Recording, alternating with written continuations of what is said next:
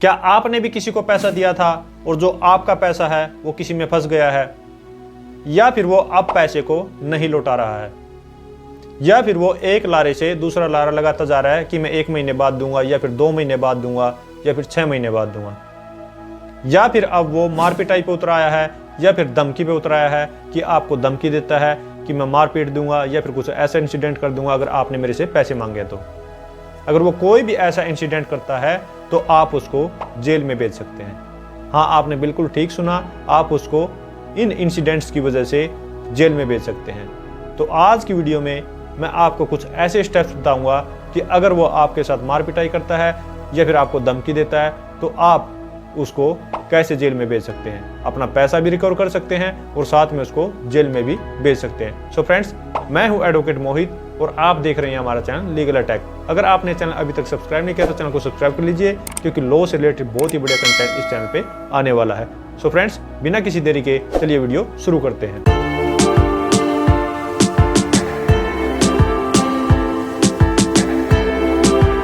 तो नॉर्मली एक पर्सन जो है वो 2 तरीके से पैसा देता है। एक देता है विद प्रूफ और दूसरा देता है विदाउट प्रूफ। अब इसमें क्या है कि अगर विद प्रूफ आप देंगे वो यूपीआई के थ्रू या फिर चेक के थ्रू या फिर बैंक ट्रांजैक्शन के थ्रू या फिर उससे कुछ रसीद बना लेते हैं कि इसने मेरे से इतना पैसा लिया है, ये है विद प्रूफ। और एक आपने किसी को कैश अमाउंट दे दिया और कोई भी आपने रिकॉर्ड नहीं रखा है, तो उस सिचुएशन में ये है विदाउट प्रूफ, आपने उसको पैसा दिया है। तो अब क्या होगा कि अगर आपने किसी भी सिचुएशन में या विद प्रूफ या फिर विदाउट प्रूफ अगर उसको पैसा दिया है और अब अगर आप उससे पैसा मांगते हैं तो वो आपको जो धमकी देता है या फिर मार पिटाई के लिए बोलता है या फिर कहता है कि मैं कुछ ऐसा इंसिडेंट कर दूंगा, तो अगर वो चीज़ जो है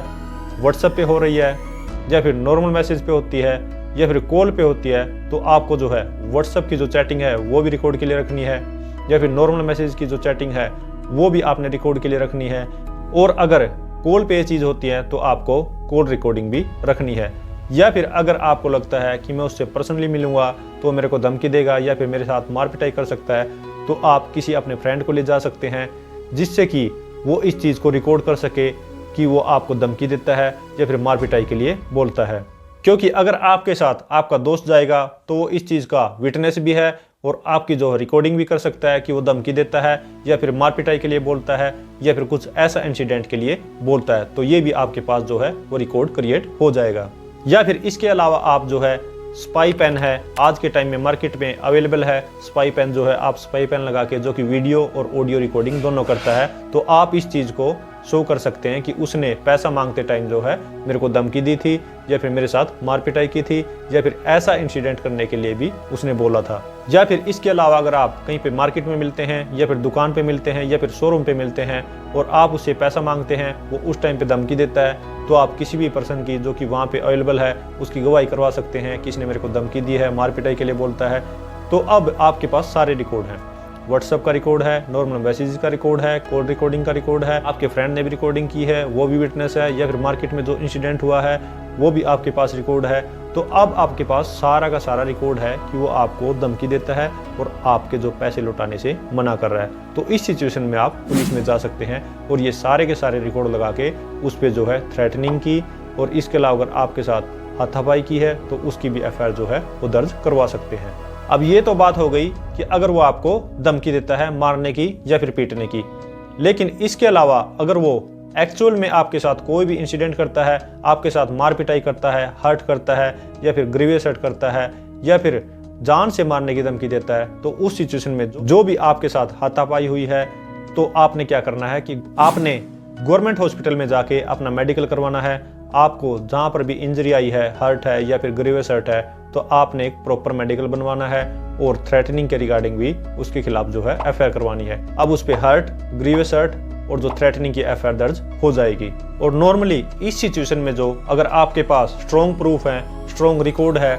तो पुलिस जो है वो एफआईआर दर्ज कर लेती है और उसको जो है जेल का रास्ता देखना पड़ सकता है। लेकिन फिर भी अगर पुलिस आपकी जो एफआईआर रजिस्टर नहीं करती तो आप कोर्ट में प्राइवेट कंप्लेंट भी डाल सकते हैं या फिर कोर्ट के थ्रू भी पुलिस को डायरेक्शन दिलवा सकते हैं कि ये मेरे पास प्रूफ है, उसने मेरे साथ हाथापाई की है या फिर वो मेरे को धमकी देता है, तो उसके खिलाफ जो है एफआईआर दर्ज करवाएं। तो कोर्ट के थ्रू भी आप उस पर जो है वो एफआईआर दर्ज करवा सकते हैं। अब ये तो सिचुएशन हो गई कि अगर वो आपके पैसे नहीं लौटाता और आपको धमकी देता है या फिर आपके साथ हाथापाई करता है, तो आप उसको कैसे जेल भेज सकते हैं, क्योंकि जैसे ही एफआईआर दर्ज होगी तो उसके खिलाफ पुलिस एक्शन भी होगा और उसको जो जेल भेज दिया जाएगा और उसको बेल करानी पड़ेगी और जो है क्रिमिनल ट्रायल भी फेस करना होगा। लेकिन इसके साथ साथ आप पैसा कैसे रिकवर कर सकते हैं, जो भी आपके साथ चैटिंग हुई है व्हाट्सएप पे या फिर मैसेज पे या फिर कॉल रिकॉर्डिंग पे, या जो भी आपके पास प्रूफ है, एक तो धमकी का और उसके साथ साथ ये भी प्रूफ होगा आपके पास कि उसने ये चीज़ मानी है कि मैं पैसा आपका नहीं देना चाहता और मैंने आपसे पैसा लिया था